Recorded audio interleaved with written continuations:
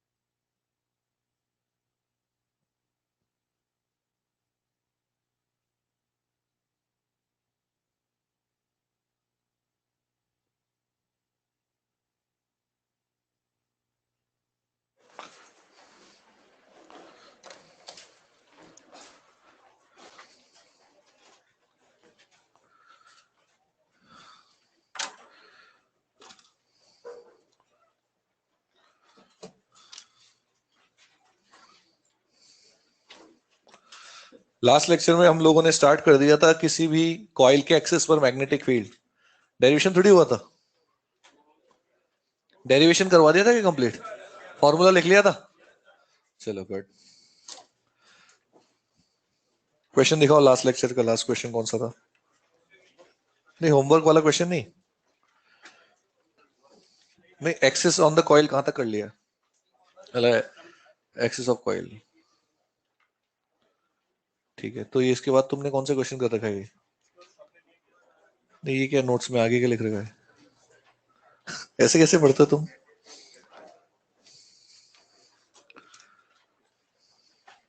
बोले एक ही पेपर में सब चलता रहता है, एक ही उसमें सब्जेक्ट एक है, टॉपिक भी मतलब मर्ज कर लेते हो तुम। आधे पेज पर मैग्नेटिक फील्ड, आधे पेज पर ऑप्टिक्स, फिर उसके बाद सेमीकंडक्टर, ऐसे। चलो एक क्वेश्चन सॉल्व करते हैं। उससे पहले एक बार बस फॉर्मूला बता देता हूं मैं आपको। B is equal to B not upon 1 plus X square upon R square की पावर 3/2 है ना। यह बी नॉट क्या है भाई? सेंटर का मैग्नेटिक फील्ड, जिसकी वैल्यू क्या होती है? N mu naught I by 2r। अब देखिए यहां पर हमारे इस टॉपिक में, इस टॉपिक में मेनली दो तरह के क्वेश्चंस बनते हैं, दो तरह के। हालांकि कुछ एक स्पेशल केस अलग बनेंगे, मेन बता रहा हूं जो 90% टाइम जो है दो तरह के क्वेश्चंस बनते हैं। वो बनते हैं इस फॉर्मूला से, और वो क्या है? एक्स दे दिया जाएगा आपको, बी पूछ लेंगे। सेकेंड टाइप में बी दे दिया जाएगा और आपसे एक्स पूछा जाएगा। क्या मेरी बात समझ में आ रही है आपको? आप इसको इस तरह से लें, it is like y is equal to something into x, if x is given y पूछ लिया, y दे दिया और x पूछ लिया। इस तरह के दो क्वेश्चंस बनते हैं। अच्छा, लास्ट लेक्चर में एक भी क्वेश्चन भी नहीं कराया क्या मैंने आपसे? अच्छा एक मिनट, वाला क्वेश्चन देखना, ये कराया क्या? ये है x एक्सिस, ये y और ये z। ये कॉइल रखा हुआ इस तरह से। हुआ है कि क्वेश्चन? लिखो फिर, पहले इसको कर लेते हैं। If at x is equal to a, magnetic field is alpha I cap, then find magnetic field at x is equal to minus a. Options हैं alpha j cap, alpha k cap, alpha I cap alpha minus I cap.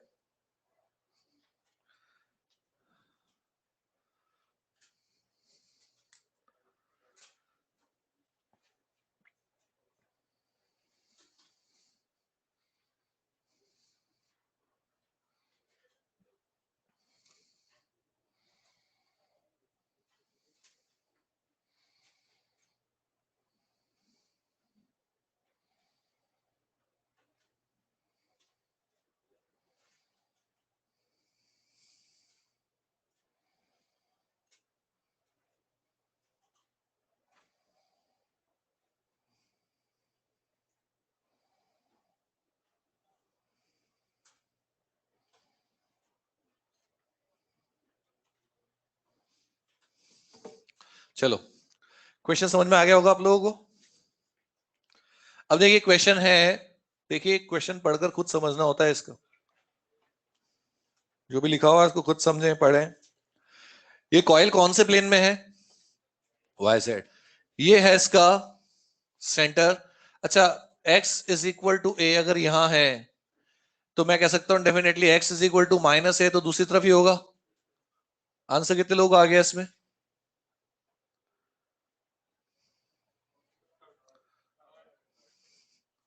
Third. कितने लोग कहते हैं third आ रहा है?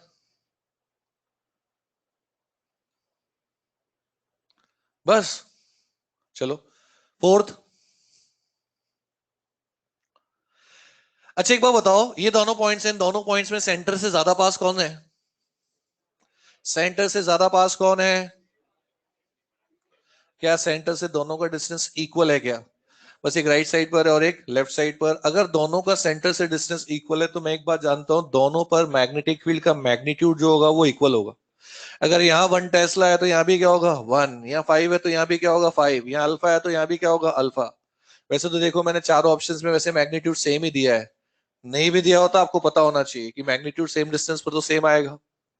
एक बात और, मैं कह सकता हूं फर्स्ट और सेकंड आंसर हो ही नहीं सकते इस क्वेश्चन में। क्यों नहीं हो सकते? ये कॉइल कौन से खुद कौन से प्लेन में है? Y Z. तो एक्सिस पर फील्ड निकालोगे या तो एक्स ही आ सकता है या माइनस एक्स। क्या इस जगह का फील्ड मुझे दिया गया है क्या? यस। क्या है? अल्फा, लेकिन डायरेक्शन आई कैप। यानी कि आप कह सकते हैं कि सर मैग्नेटिक फील्ड ये है आई कैप। आपको पता है मैग्नेटिक फील्ड लाइंस हमेशा क्लोज लूप बनाएंगी। अगर मैग्नेटिक फील्ड लाइंस यहां से बाहर आएंगी तो घूमकर यहां से अंदर भी आना पड़ेगा। यानी कि अगर ये नॉर्थ है तो ये साउथ होगा ही होगा। यहां से फील्ड जाएगी वापस घूमकर अंदर भी आएंगी। यहां नहीं कि यहां आई कैप डायरेक्शन है, यहां भी आई कैप होगा। आंसर क्या जाएगा? थर्ड। क्लियर है? देखिए एक मैग्नेटिक डाइपोल है ना, जैसे बार मैग्नेट, तो देखो जल्दी से, क्या ये मैग्नेटिक डाइपोल भी एक बार मैग्नेट भी एक डाइपोल है क्या? इस पॉइंट पर और इस पॉइंट पर फील्ड का डायरेक्शन बताओ, सेम है या ऑपोजिट? सेम है ना। अगर यहां से फील्ड लाइंस बाहर आएंगी तो क्या घूमकर यहां से अंदर आएंगी? क्या मैं कह सकता हूं किसी भी डाइपोल के हर एक एक्सियल पॉइंट पर डायरेक्शन ऑफ मैग्नेटिक फील्ड जो होता है वो सेम होता है? डायग्राम कंप्लीट करें, एक नोट लिखें। डायग्राम कंप्लीट करें, एक नोट लिखें। At each axial point,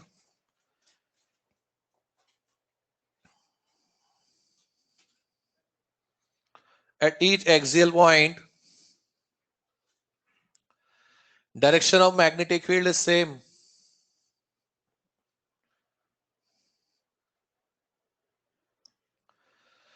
At each axial point direction of magnetic field is same. चलो एक और चीज बताता हूं छोटी सी, इलेक्ट्रोस्टैटिक्स में भी इससे मिलता जुलता टॉपिक आता है। एक चार्ज रिंग है, उसके एक्सिस पर इलेक्ट्रिक फील्ड, हालांकि ये टॉपिक बिल्कुल अलग अलग हैं, बस दिखने में एक जैसे हैं। यहाँ रिंग के एक्सिस पर मैग्नेटिक फील्ड निकाल रहे हैं, यहाँ रिंग के एक्सिस पर इलेक्ट्रिक फील्ड। आपको पता है पॉजिटिव चार्ज है तो इलेक्ट्रिक फील्ड का डायरेक्शन क्या होगा? इनवर्ड और आउटवर्ड?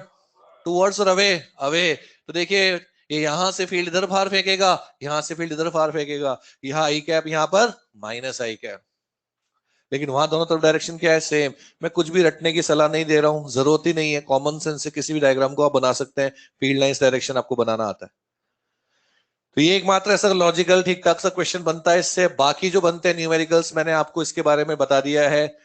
फॉर्मूला आपके सामने है, कभी एक्स देकर बी पूछ लेंगे और कभी बी देकर एक्स पूछ लेंगे। इस टॉपिक से एग्जाम में क्वेश्चंस कोई ज्यादा नहीं बनते हैं, पिछले 10-12 साल से इसका कोई खास क्वेश्चन पूछे नहीं गए हैं। कारण ये है ये प्योर फॉर्मूला बेस्ड टॉपिक है, और जब फॉर्मूला बेस्ड टॉपिक आता है तो आपका काम होता है कम से कम टाइम में बस क्वेश्चन को कंप्लीट करना, दैट्स ऑल। चाहे उसके आप 10 क्वेश्चन करें चाहे 50 बात देखिए। फर्स्ट टाइप के क्वेश्चन देखिए कैसे बनेंगे। टाइप 1, आपसे क्या कहा जाएगा, देखिए find magnetic field at x is equal to N R. क्या आप क्वेश्चन का पैटर्न समझ रहे हैं कैसा है?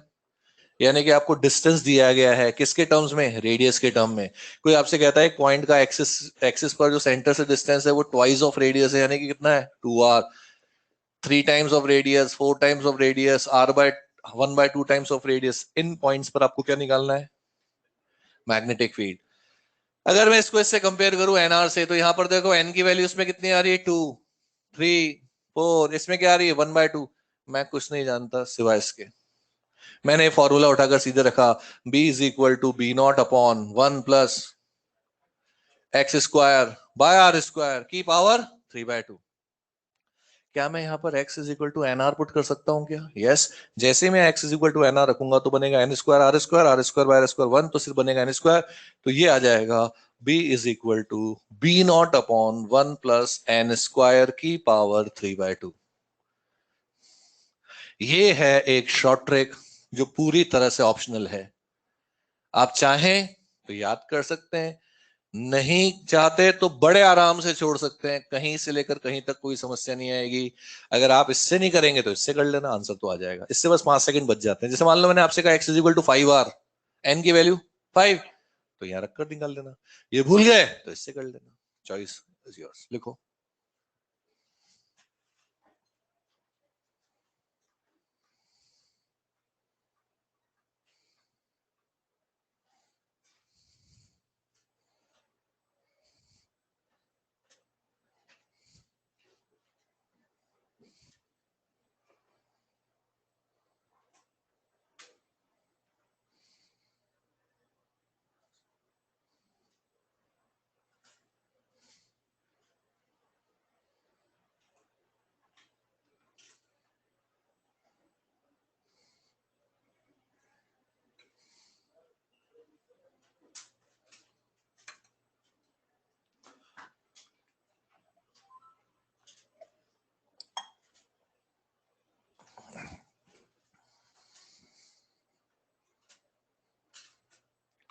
क्वेश्चन लिखें,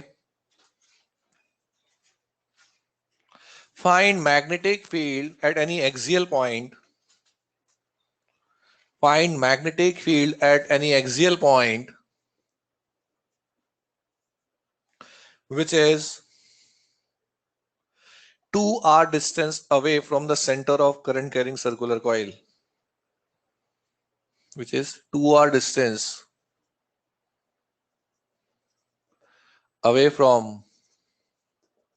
center of current carrying circular coil.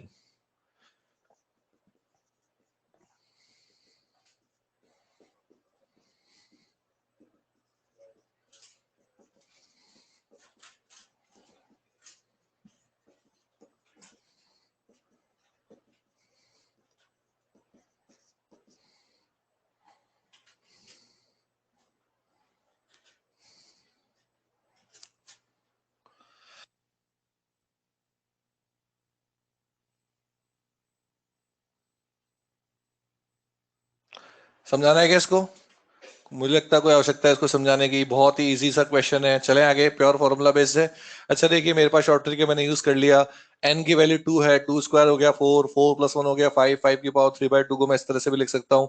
अच्छा एक बात बताइए, बाई चांस अगर मुझे ये याद नहीं होता, ये मान लो ये मैंने नहीं बताया होता और सीधे आपके सामने आ जाता, तो क्या खुद कर सकते थे? यस। यहां रख देते, 2r का स्क्वायर क्या बन जाता, 4r स्क्वायर, आर स्क्वायर से आर स्क्वायर कैंसिल, कोई दिक्कत नहीं है। मैक्सिमम चांसेस इस बात के होते हैं कि आपसे बी नॉट के टर्म में आंसर पूछा जाता है, तो आपने बता दिया। अगर मान लो बी नॉट के टर्म में नहीं पूछा जाता आंसर, तो क्या बी नॉट की वैल्यू रख दोगे, क्या होती है N B not I by 2r। Next question fast, find B at X is equal to 3r।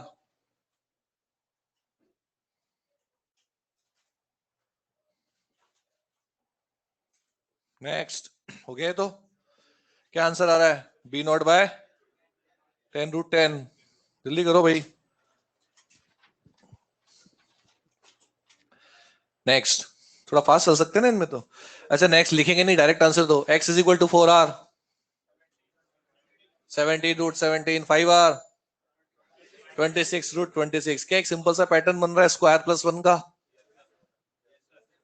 समझाने की आवश्यकता रही नहीं इसमें। नेक्स्ट क्वेश्चन कर लो चलो। Find b at x is equal to r by 2।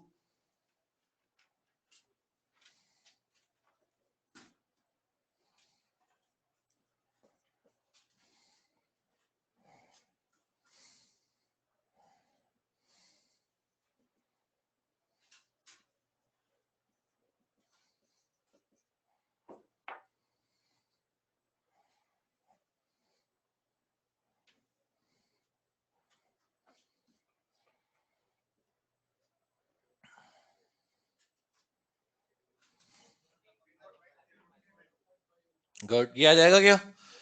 अच्छा ये आ गया 5/4, 4 की पावर 3/2 को 1 लिख सकते हैं। 4 को क्या लिख सकता हूं मैं? 2 स्क्वायर, इसकी पावर 3/2 यानी कि 8।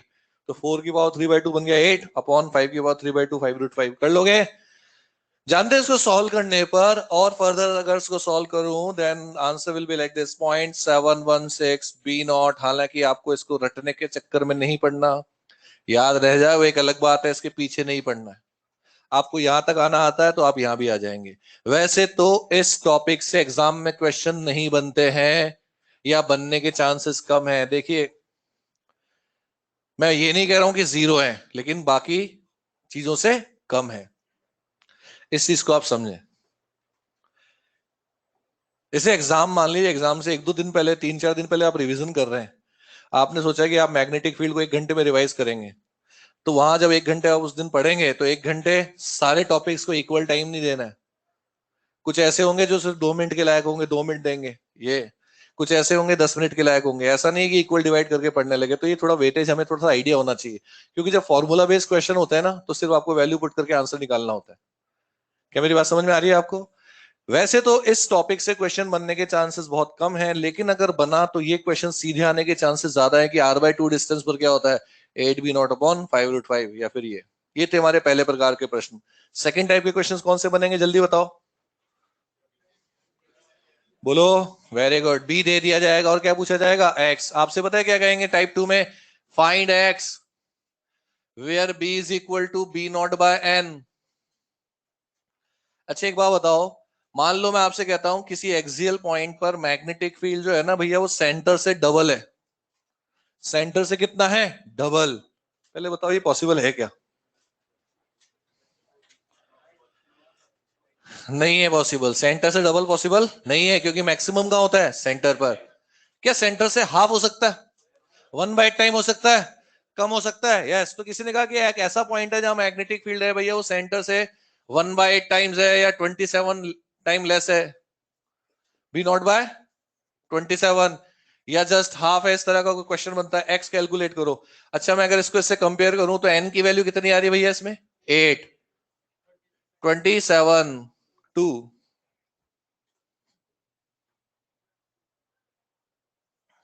फिर वही बात, मुझे कुछ नहीं आता इसके अलावा। मैंने कोई ज्यादा मेहनत नहीं की इस टॉपिक पर, सिर्फ ये फॉर्मूला याद किया है।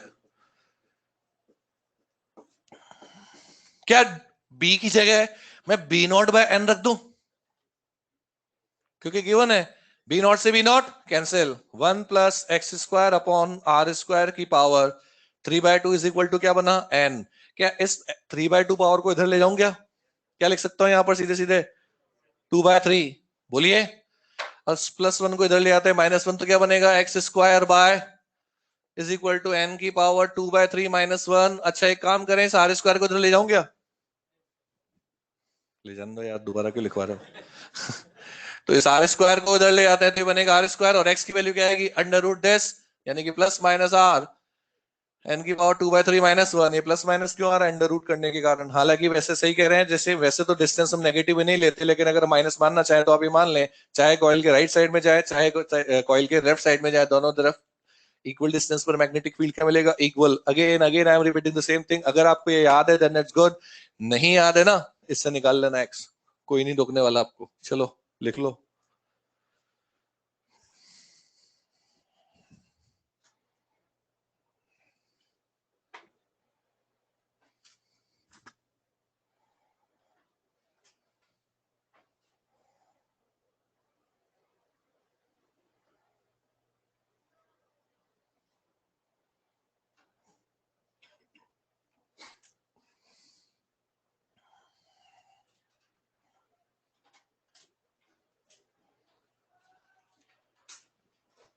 हो गया? क्वेश्चन लिखो। At any axial point, at any axial point, magnetic field is, at any axial point, magnetic field is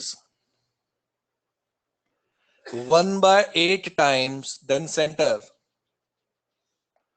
1/8 times then center. Then find distance of point from the center of coil. Distance of point from the center of coil. Good. यहां से n की value क्या है? 8. x की value कैसे निकालें? Formula वही है, r n की power 2/3 minus 1 x is equal to r.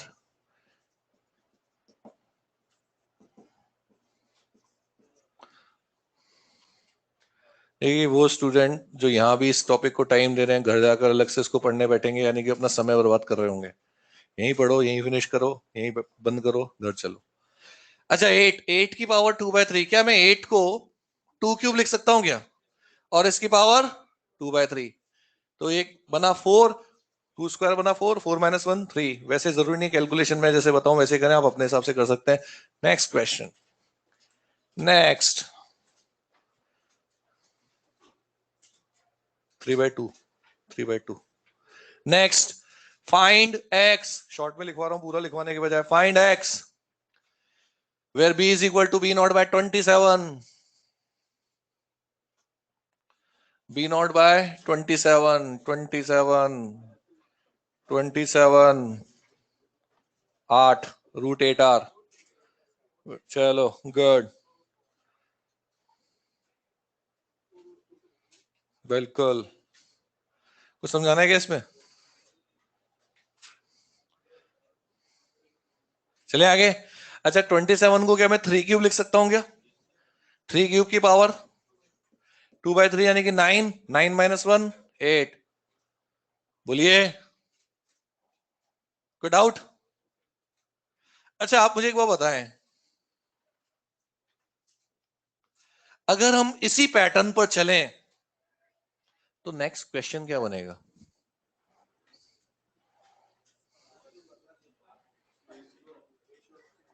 b naught by 64, फिर b naught by 125। समझ में आ रहा है? पैटर्न बन रहा सिंपल सा। देखिए, पहले बना b naught by 8 2 cube, b naught by 27 3 cube, b naught by 64 4 cube. समझ में आ रही बात? ऐसे बनेंगे। मैंने आपसे आज आंसर नहीं क्वेश्चन पूछा है, क्वेश्चन क्या बनेगा। आंसर तो कोई भी बता देता है, क्वेश्चन बताना आना चाहिए। कहने का मतलब यह है, कुल मिलाकर एक बात मानकर चलें, अगर किसी क्वेश्चन में पावर 2/3 आ रही है ना, 99% चांस इस बात के हैं कि आपको ऐसा ही नंबर मिलेगा, ऐसी ही संख्या मिलेगी, ऐसा ही नंबर मिलेगा जिसकी पावर 2/3 बहुत आसानी से कैलकुलेट हो जाए। ठीक है? वरना फिर हमें अप्रोक्सीमेशन करके आंसर निकालना पड़ेगा। नेक्स्ट क्वेश्चन लिखो। फाइंड बी, नहीं sorry, find X where B is equal to b naught by 2। Find X where b is equal to b naught by 2। हो जाएगा? देखिए, 2 की पावर 1/3 - 1, इसको आप लिख सकते हैं 4 की पावर 1/3 - 1। इसको सॉल्व करने पर अप्रोक्स वैल्यू क्या आती है मैं आपको बताता हूं, 0.766 r। इसके चक्कर में नहीं पड़ना। सुने, हाँ, आप जानते हैं इसकी एग्जैक्ट वैल्यू आप नहीं निकाल पा रहे हैं, लेकिन आप अप्रोक्स वैल्यू निकाल सकते हैं। चिंता करने की हमें जरूरत नहीं है।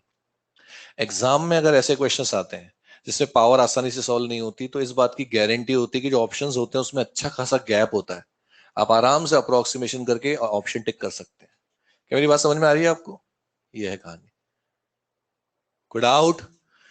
अब आज देखा जाए तो हमने दो ऐसे क्वेश्चंस किए हैं जो दिखने में काफी हद तक एक जैसे हैं, उनका आंसर भी लगभग एक जैसा आ रहा है। आज हमने देखा x is equal to r/2 पर b की वैल्यू कितनी आ रही है भैया? 0.716 b नॉट। और b is equal to B not by 2 कहां आ रहा है भैया? x is equal to 0.766 r। देखिए डेटा और नंबर काफी हद तक मिलता जुलता सा नजर आ रहा है, नहीं आ रहा है? और क्या होता है, देखिए हम जो एग्जाम देने जा रहे हैं उसमें आपको आंसर लिखना नहीं है, आंसर टिक करना है। समझ में आ गई बात? और कई बार ऐसे नंबर्स देखे वो होते हैं ना, तो उनको टिक करना थोड़ा सा आसान हो जाता है, सिर्फ इसलिए मैं आपको अलग से बता रहा हूँ। जैसे मान लो आपको 0.7 भी याद रह जाता है इस तरह के क्वेश्चन में, तो आप टिक कर सकते हैं। और हम ये भी जानते हैं, मैं सॉल्व करना भी आता है, हम अकेले इसके भरोसे नहीं है, याद नहीं है तो सॉल्व भी कर लेंगे। क्या मेरी बात समझ में आ रही है? तो यही सिर्फ दो ही तरह के क्वेश्चंस आते हैं मेनली। अगर आप देखेंगे इस टॉपिक के 10 क्वेश्चन, तो उस 10 में से 9 या तो टाइप 1 होंगे या टाइप 2 होंगे। अब कुछ स्पेशल केस में आपसे कहना चाह रहा हूं, लिखें स्पेशल केस।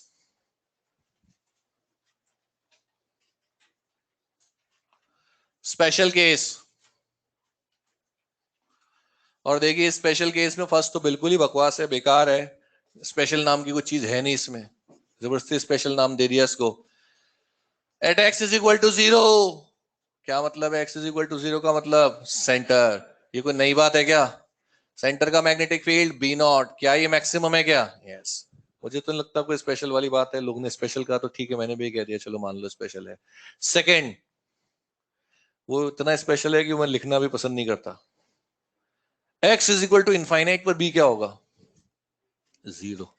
ऑब्वियसली मैं आपसे कहता हूं यहां से इनफाइनाइट दूरी पर किसी भी चीज का फील्ड क्या होगा? 0 ही होगा। क्या आपको मेरी बात समझ में आ रही है? तो ये है कहानी। तो उसको तो छोड़ते हैं, ये भी हमने देख लिया। सेकंड, हाँ ये बताएं, यदि if x is very much greater then r, क्या मतलब है इसका? पॉइंट बहुत पास है या बहुत दूर है?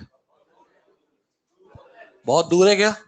अच्छा, b का एक फॉर्मूला मैं लिखना चाहता हूं, n mu not I R square upon 2 R square plus X square की पावर 3/2। आप मुझे बताइए फॉर्मूला कहां से आया?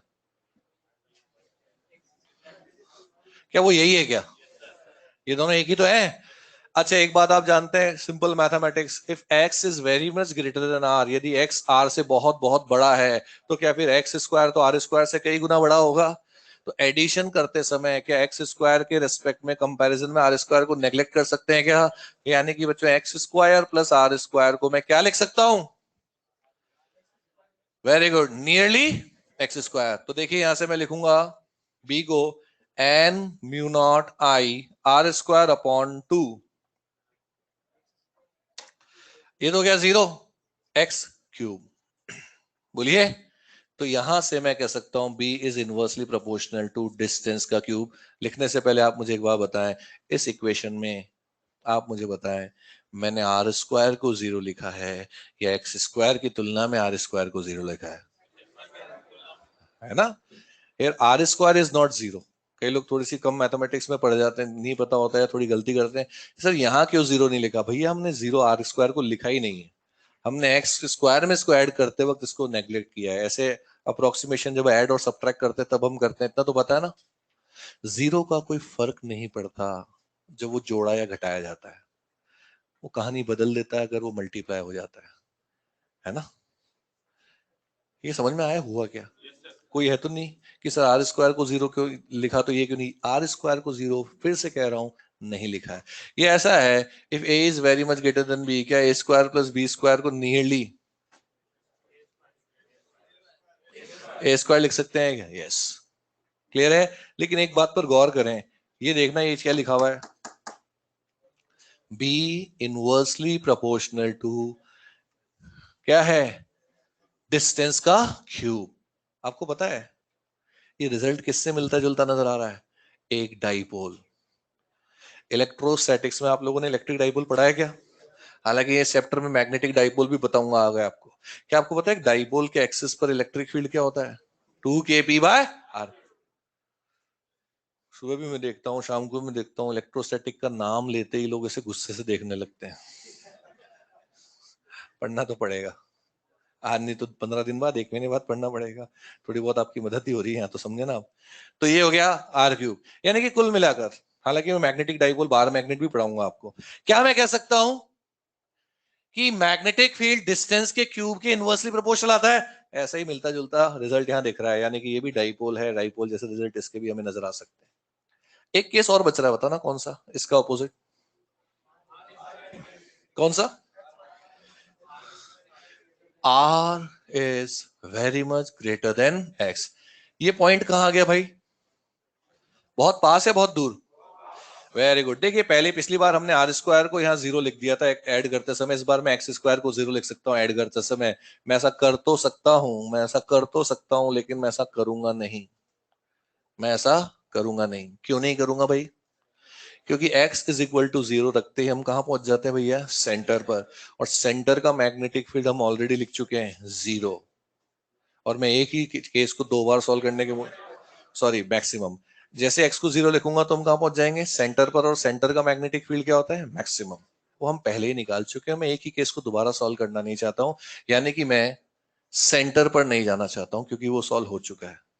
लेकिन एक बात जरूर है, यदि ये लिखा है तो भले ही पॉइंट सेंटर पर नहीं है, लेकिन अगर एक्स बहुत छोटा है, क्या मैं कह सकता हूं पॉइंट सेंटर से बहुत नजदीक है? पॉइंट सेंटर से बहुत पास है, very very close to the centre है। यानी कि इस केस नंबर 3 में हम उन पॉइंट्स को सॉल्व करने जा रहे हैं जिसमें पॉइंट एग्जैक्ट सेंटर पर तो नहीं होता, लेकिन सेंटर से बहुत पास होता है। मैं फॉर्मूला लिख रहा हूं, X square by R square power -3/2। सही है क्या? इस पावर को ऊपर ले गए तो क्या बना? -3/2। क्या आपको बाइनोमियल एक्सपेंशन पता है? 1 + x⁻n। चाहे तो सब कुछ लिखने की वजह से रिजल्ट लिख लेना, क्या n आगे आ जाएगा? क्या बनता है? 1 + nx। हालांकि देखिए और भी कई टर्म्स आती हैं जो नेग्लेक्ट हो जाती है, नेग्लिजिबल हो जाती हैं, लेकिन ऐसा सिर्फ तभी कर सकते हैं जब x की जगह जो भी चीज लिखी है वो 1 से कम हो, 1 से बहुत छोटी हो। आप देखें हमने x के स्थान पर, x की जगह पर यहाँ क्या लिखा है? x² / r²। क्या r² x² से बहुत ज्यादा बड़ा है क्या? यस। तो अगर डिवाइड करोगे तो क्या x² में r² का डिवाइड करोगे तो क्या ये नंबर 1 से बहुत छोटा आएगा? यस। और अगर ये नंबर 1 से बहुत छोटा आएगा तो क्या बाइनोमियल एक्सपेंशन अप्लाई कर दूं? यस। यानी कि b क्या आएगा भैया? b0 1 - 3/2 x² / r²। ये है एक्सिस पर मैग्नेटिक फील्ड का फॉर्मूला। लेकिन आप मुझे बताओ, ये एक्सिस पर जो मैग्नेटिक फील्ड का फॉर्मूला है, ये हर जगह वैलिड है क्या? क्या ये हर जगह वैलिड है? नो। ये सिर्फ तभी वैलिड है जब पॉइंट सेंटर से बहुत पास है। पॉइंट सेंटर से बहुत पास है या नहीं, ये क्वेश्चन पढ़कर आपको साफ पता लग जाएगा। क्वेश्चन में हिंट होता है। जैसे मैं भी आपको एक क्वेश्चन बोल रहा हूं, इसको एंड तक कंटिन्यू भी करूंगा, आप उसको ध्यान से सुनना, समझना और आंसर करना। अगर मान लो किसी क्वेश्चन में ये लिखा हुआ है that any axial point magnetic field is just 1% less than center, just 1% less than centre. क्या ये इंफॉर्मेशन सफिशिएंट है इस बात को बताने के लिए कि पॉइंट सेंटर से बहुत पास है? आप ये कहेंगे कि सर वहां 100 है ना, तो उस पॉइंट पर 99 है, इसका मतलब जरूर वो पॉइंट बहुत क्लोज होगा। बहुत क्लोज होगा तो क्या ये फॉर्मूला अप्लाई कर सकता हूँ? यस। लेकिन अगले ही क्वेश्चन में मैंने देखा at any axial point magnetic field is 50% less than, 50% कम है सेंटर से। क्या वो सेंटर से बहुत पास पॉइंट हुआ क्या? नहीं, ये काम नहीं करेगा। हाँ, वो वाला फॉर्मूला जिसमें पावर 3/2 आती है वो तो हर जगह काम करेगा, लेकिन ये काम नहीं करेगा। तो हम बात कर रहे हैं उन पॉइंट्स की जब पॉइंट सेंटर से बहुत पास हो। तो मेरा जो क्वेश्चन चल रहा था उसको कंटिन्यू करूंगा। और क्वेश्चन क्या था? At any axial point magnetic field is just 1% less than centre, find x. मुझसे किसी ने कहा एक्स फाइंड करो, मैंने कहा नहीं करूंगा। बोले करो, मैंने कहा एक्स में फाइंड नहीं करूंगा, मैं डेल्टा भी फाइंड करूंगा, अपने आप एक्स आ जाएगा। आप बताओ कहां का फील्ड ज्यादा है? सेंटर का मैग्नेटिक फील्ड में से अगर एक्सिस के मैग्नेटिक फील्ड को सब्ट्रैक्ट कर दिया जाए, घटा दिया जाए, तो क्या आपको दोनों का अंतर बदल जाएगा? यस। और जैसे डिफरेंस मिलेगा एक्स भी आ जाएगा। चलो चेक करते हैं। Delta B is equal to b0। Axis का मैग्नेटिक फील्ड क्या मैं ये लिख सकता हूं क्या? जल्दी बताओ। क्या एक्सिस का मैग्नेटिक फील्ड मैं ये लिख सकता हूं? क्यों लिख सकता हूं? क्योंकि मैं क्वेश्चन पढ़ चुका हूं और क्वेश्चन में डिफरेंस कितना आ रहा है? 1% का, यानी कि पॉइंट बहुत पास है। अगर पॉइंट बहुत पास है तो ये काम चल जाएगा। मैंने लिखा ये b0 1 - 3/2 x²/r²। तो यहां से जब सब्ट्रैक्ट करोगे b0 माइनस b0 0, फिर b0 अंदर मल्टीप्लाई होगा तो delta b is equal to, जानते हैं क्या आ रहा है? x²/r²। और इसी b0 को इधर इधर परमिशन ले जाऊं क्या? ये अगले स्टेप में लिखूं? यही लिखूंगा, ये आ गया है ना। This is what fractional difference के लिए क्वेश्चन फॉर्मूला बनेगा। सुनेंगे एक बार, सुने सुने। जैसे मान लीजिए किसी ने आपसे कह दिया कि डिफरेंस कितना, अच्छा वही चल रहा है, डिफरेंस कितना चल रहा है 1%, यानी कि यहाँ 100 है तो यहाँ कितना है 99, ये कितना हुआ 1, यानी कि मैं डेल्टा बी की जगह रखूंगा भाई 100, सॉरी सॉरी बी नॉट की जगह रखूंगा 100, डेल्टा बी की जगह 1, so equation will be like this 1/100 is equal to 3/2 x square upon R square, x मिल जाएगा। 2% का अंतर है तो 100, 98, 2/100 इज इक्वल टू दिस, 3 है तो 3/100 इज इक्वल टू दिस। देखे ना, बेसिकली परसेंटेज का मतलब ही क्या होता है, पर 100। तो इसको 100 मान लोगे तो जो चेंज है उसको यहां लिख दोगे और आंसर आ जाएगा। लेकिन आपको पता है इसकी अपनी एक लिमिट होनी चाहिए, ये है वैलिड अप टू 5% डिफरेंस। आप जानते हैं बाइनोमियल एक्सपेंशन की भी अपनी एक लिमिट होती है, और आप जानते हैं जैसे जैसे आप दूर जाते जाएंगे ये कंडीशन तो बनी नहीं रहेगी और फिर ये आंसर भी नहीं आएगा। तो 5% तक के डिफरेंस के क्वेश्चंस बने, सॉल्व कर डालना है इससे। जब आप यहां लिखोगे, यहां आओगे, तो यहां लिखना for percentage differences, percentage difference कैसे क्वेश्चन यहां से करेंगे। ये अच्छा करे तो सिर्फ फॉर्मूला लिख लेना, ये डिजाइन मत डाल देना, यहाँ पे लिखना है, यहाँ पर करो करो करो।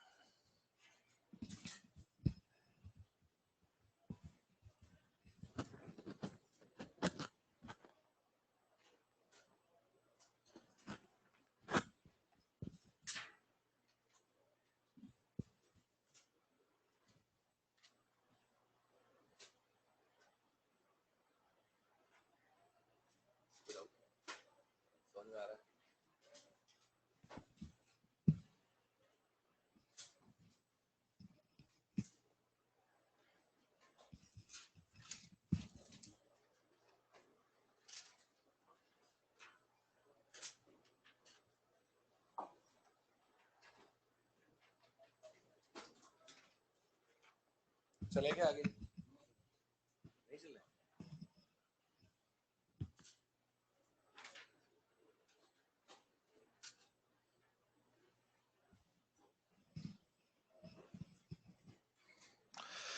चलो लिखें question. At any axial point, at any axial point, magnetic field is just 2%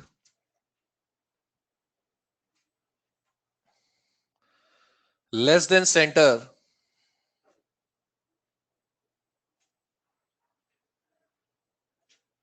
then find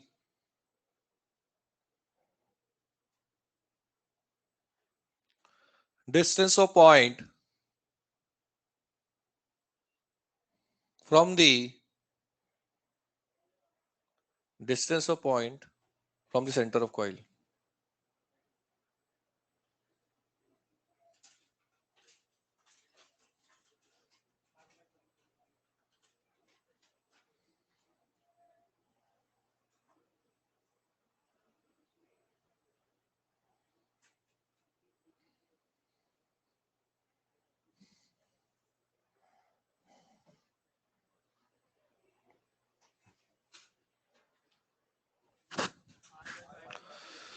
हो जाएगा r/5√3 या r/75, एक ही बात है ना।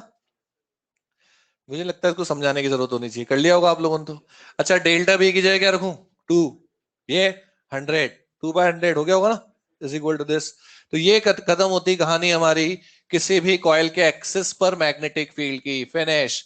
फिर मैं आपसे कह दूं ज्यादा चांसेस है आपसे टाइप 1 टाइप 2 का क्वेश्चन पूछे जाने के, और फिर कम चांस है इसके परसेंटेज डिफरेंसेस। यहां लिखा है फॉर परसेंटेज डिफरेंसेस। अब चलो हम जाते जाते इसको फिनिश करते करते एक बार ग्राफ बना लेते हैं। क्या बनाएंगे, ग्राफ। और ग्राफ आप जानते हैं किस किस के बीच में बनेगा, बी और एक्स के बीच में। बी क्या है फील्ड, एक्स क्या है डिस्टेंस। मैं ये कॉइल सिर्फ रेफरेंस के लिए बना रहा हूं आप लोगों के लिए, नहीं भी बनाओगे तो चलेगा। ये सेंटर है, हम आगे भी जाएंगे पीछे भी जाएंगे। वाई एक्सिस पर मैं बना रहा हूं मैग्नेटिक फील्ड, एक्स एक्सिस पर मैं बनाने जा रहा हूं डिस्टेंस फ्रॉम द सेंटर। अच्छा एक बात बताओ, ये ओरिजिन है, ओरिजिन पर एक्स क्या होगा? 0। क्या ये सेंटर है क्या? और मैग्नेटिक फील्ड क्या होगा? Maximum, B not obviously. यहां पर क्या होता है? मैक्सिमम। और आपको पता है कि जब ये मैक्सिमम है तो मैं आगे जाऊंगा तो वैल्यू तो मैक्सिमम से ज्यादा कुछ होता है क्या? तो आगे जाने पर वैल्यू कम होगी और धीरे धीरे ये मैग्नेटिक फील्ड कम होता जाएगा। इतना टाइम नहीं है हमारे पास कि हम एक्स की वैल्यू रख रख कर बी की वैल्यू चेक करें और ग्राफ बनाएं। और अगर है भी तो बर्बाद करने के लिए नहीं है। हमें आइडिया होना चाहिए कि ठीक है धीरे धीरे कम हो जाएगा। अब जब मैं इधर आता हूं,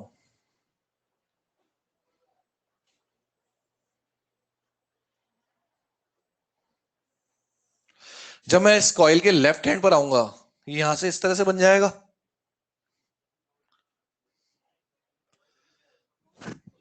यहां बनेगा नहीं बनेगा? क्यों नहीं बनेगा? जगह नहीं इसलिए नहीं बनेगा। तो वेरी गुड, बहुत बढ़िया, बहुत अच्छे। डायरेक्शन सेम है। कि आज के लेक्चर का पहला क्वेश्चन यही था कि दोनों तरफ डायरेक्शन क्या है? सेम। अगर देखिए मैं ये बना रहा हूं ना, इससे जानते हैं इंप्रेशन क्या आ रहा है? कि अगर इस तरफ डायरेक्शन आई कैप है तो इधर माइनस आई कैप है, इधर जे है तो इधर माइनस जे, इधर के है तो इधर माइनस के, जबकि ऐसा नहीं है। दोनों तरफ आपको सिमेट्रिकल बनाना पड़ेगा और आप देखेंगे ग्राफ ऐसा आ रहा है। क्या मेरी बात समझ में आ रही है आपको? फिर वही बात करता हूँ इलेक्ट्रोस्टैटिक की। करूंगा। ये आ गया। आपको पता है चार्ज रिंग की अगर हम बात करते हैं ना, वहां इलेक्ट्रिक फील्ड जब आप फाइंड करोगे वहां जानते हैं सेंटर पर इलेक्ट्रिक फील्ड वहां तो 0 आता है। और इधर डायरेक्शन और इधर डायरेक्शन सेम आएगा, अपोजिट। अपोजिट। आप जाओगे ना तो ये बढ़ेगा, बढ़ते बढ़ते मैक्सिमा आएगा R/√2 पर। और जब इधर आओगे ये ऐसे बनेगा। इसका मतलब समझ में आया? इस तरफ और इस तरफ डायरेक्शन क्या आ रहा है? ऑपोजिट। वहां क्या आ रहा है? सेम। इसको लिखना नहीं, इसको हटा देते हैं, ये तो टाइम आने पर आप देख ही लोगे कभी ना कभी। अब आ जाओ यहां पर। ये R/2 डिस्टेंस है भैया। R/2 डिस्टेंस पर फील्ड क्या है? आज ही निकाला है, बोलो। 7 1 6 B0। ठीक है क्या? लिख लो। इस पॉइंट का नाम लिख देना P और इस पॉइंट का नाम लिख देना Q।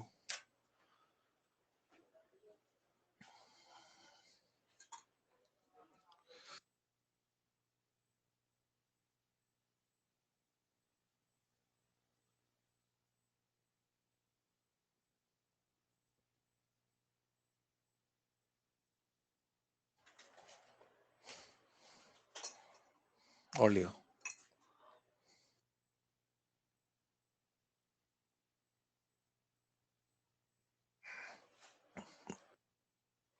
चलो हो गया।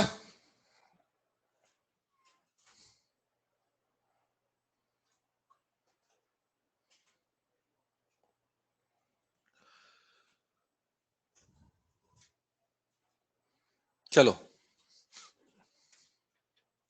ये P और Q जो पॉइंट है इनके नाम लिख लें आप बस। इनके नाम लिखो। पॉइंट ऑफ इन्फ्लेक्शन,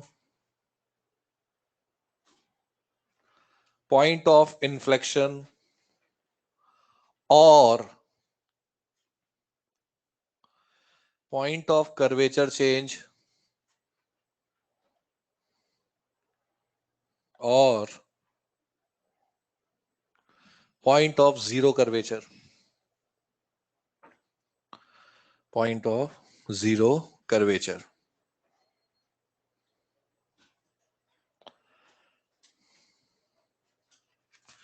अब जरा सुनना।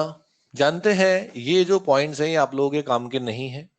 अपनी बुक जब देखोगे एनसीईआरटी, उसमें कहीं भी आपको इसके बारे में कुछ एक शब्द भी लिखा हुआ नहीं मिला है और ना ही इससे आज तक कभी एग्जाम में कोई क्वेश्चन आया। ना ही आएगा, ना मॉड्यूल में मिलेगा, ना रेस में, ना कहीं। ये नाम सिर्फ इसलिए बता दिए गए हैं कि मॉड्यूल में लिखा हुआ है इसलिए। ठीक है। बेसिकली वो पॉइंट्स होते हैं जहां कर अपना ग्राफ कर्वेचर बदल लेता है, जहां कॉनकेव से कॉन्वेक्स या कॉन्वेक्स से कॉनकेव होने लग जाता है। हमारे काम की चीजें नहीं है। वैसे मैथमेटिक्स में आता है टॉपिक पॉइंट ऑफ इन्फ्लेक्शन, कभी पढ़ा हो तो आपने। और ये ऐसे फंक्शंस का आता है जहां पे देखेंगे इस पॉइंट पर कोई और डेरिवेटिव dv/dx। dv/dx का मतलब change in B with respect to X. Constant होगा, लीनियरली चेंज हो रहा होगा। और d2b/dx², अगर इसका डबल डिफरेंशिएशन करोगे तो क्या आ जाएगा? 0। चाहो तो लिख दो, चाहो तो छोड़ दो, ये चॉइस आपकी है। काम तो कभी नहीं आएगा ये। और मैं सिर्फ इसलिए बता रहा हूँ कि एक बार लगता है बच्चों को कि यार छूट गया कुछ मॉड्यूल में हमारा, वो है। वैसे db/dx का मतलब समझते हैं आप? Change in B with respect to X, constantly change हो रहा है इसके आसपास, मैग्नेटिक फील्ड कॉन्स्टेंटली चेंज होता है, db/dx कॉन्स्टेंट होने का मतलब। ठीक है, ये खत्म हो गई कहानी। एक न्यूमेरिकल मैं आपसे पूछूंगा, लिखना नहीं, डायरेक्ट बिना लिखे आंसर देंगे आप, ठीक है? लिखना नहीं है। ये है कॉइल, इसका रेडियस है आर। ये है दूसरा कॉइल, इसका रेडियस भी आर, और इनके बीच की दूरी भी आर है। और दोनों में मान लो करंट का डायरेक्शन भी क्या है? सेम। मैं आपसे पूछता हूं, मिड पॉइंट पर दोनों के हर जगह मैग्नेटिक फील्ड का डायरेक्शन क्या है? सेम। मिड पॉइंट पर फील्ड क्या होगा?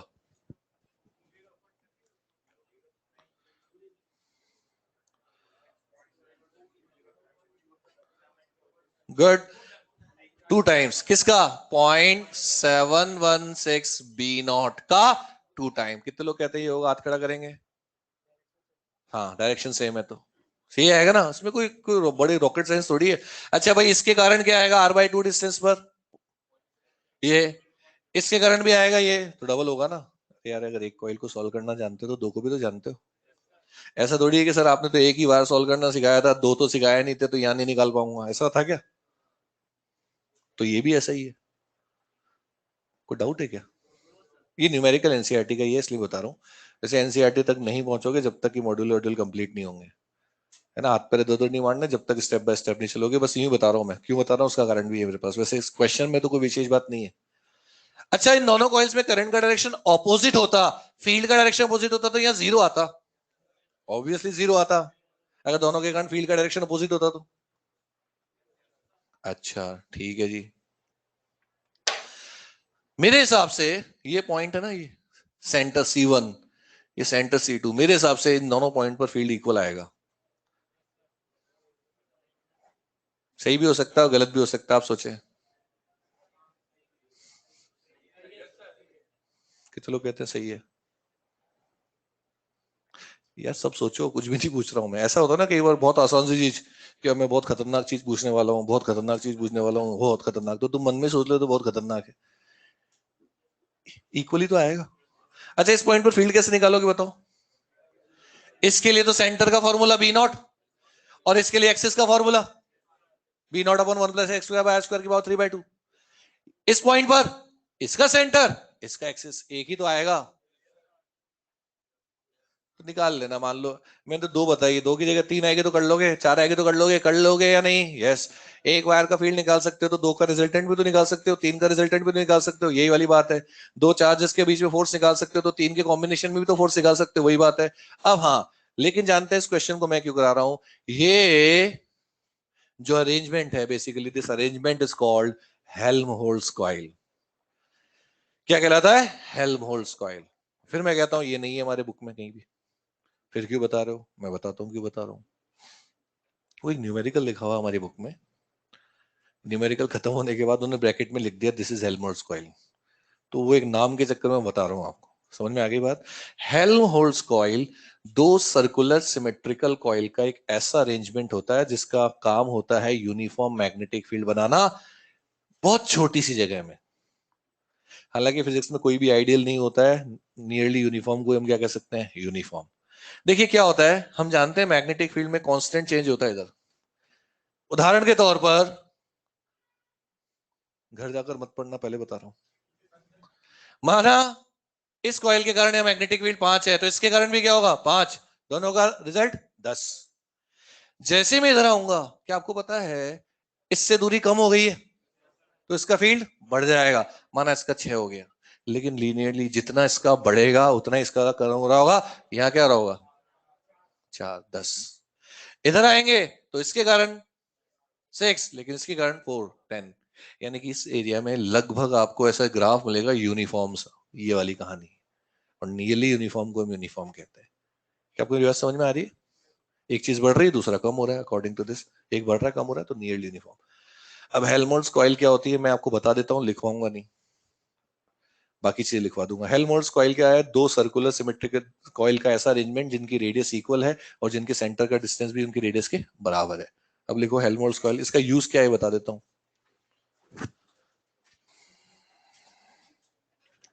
एक्सरसाइज 1 2 3, रेस 1 2 जो भी है, कहीं हेल्महोल्ट्ज कॉइल नहीं है। समझ सकते हो कितना इंपॉर्टेंट है। लिखो हेल्महोल्ट्ज कॉइल, लिखो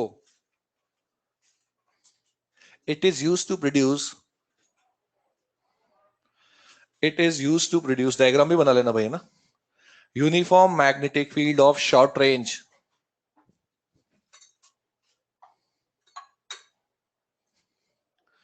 uniform magnetic field of short range.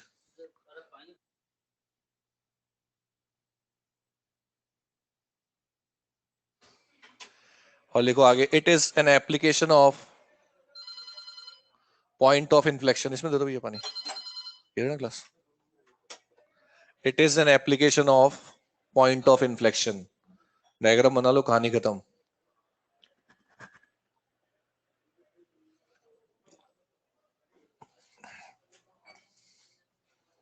और लो, ये भी ले आओ, हो गया। चलो इसको फिनिश करते हैं, रिवाइज कर लेते हैं, जल्दी से आगे बढ़ते हैं, ज्यादा टाइम नहीं देना है इस पे। देखिए बार बार मैं कंसंट्रेशन रहता मेरी, मैं एक ही चीज पर स्ट्रेस दे रहा हूँ, एक ही चीज पर जोर दे रहा हूँ, टाइम मैनेजमेंट, बेकार टाइम बर्बाद नहीं करना कहीं भी। इस टॉपिक की अगर हम बात करें, इस टॉपिक में देखिए क्या है, ये कॉइल है, कॉइल के सेंटर पर मैग्नेटिक फील्ड क्या होगा, मैक्सिमम। दोनों तरफ मैग्नेटिक फील्ड का डायरेक्शन क्या होगा, सेम। एक्सिस पर मैग्नेटिक फील्ड क्या होगा।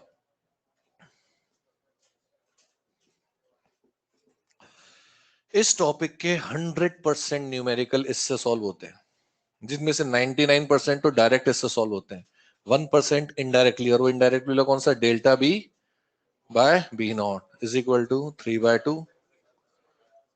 ज्यादा से ज्यादा आप लिख सकते हैं x is equal to R/2 पर बी कितना था भाई, 0.7 बी नॉट, मान लो मुझे तो इतना ही याद है, और B is equal to B0/2 का है, X is equal to 0.7 R। ज्यादा याद आ जाए, दिमाग चल जाए तो 1666, नहीं चलेगा तो अच्छी बात है, कुछ और जगह लगाएंगे। समझ में आ गई बात।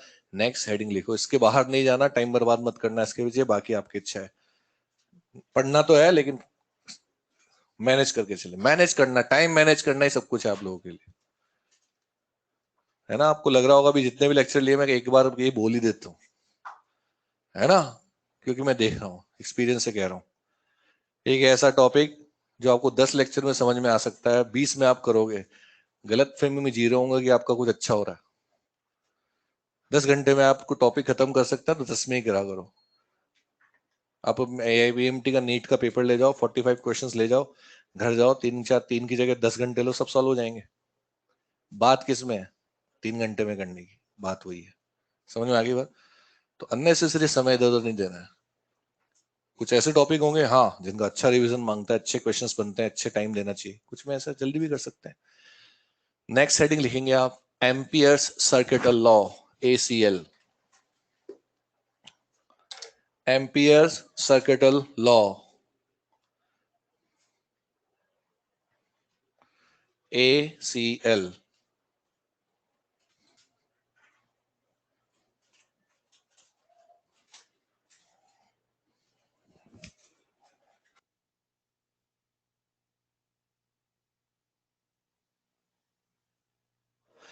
अब देखिए ACL क्या है, एम्पियर्स सर्किटल लॉ का काम क्या है, ये नियम, ये लॉ क्या काम आता है, ये काम आता है मैग्नेटिक फील्ड फाइंड करने के लिए।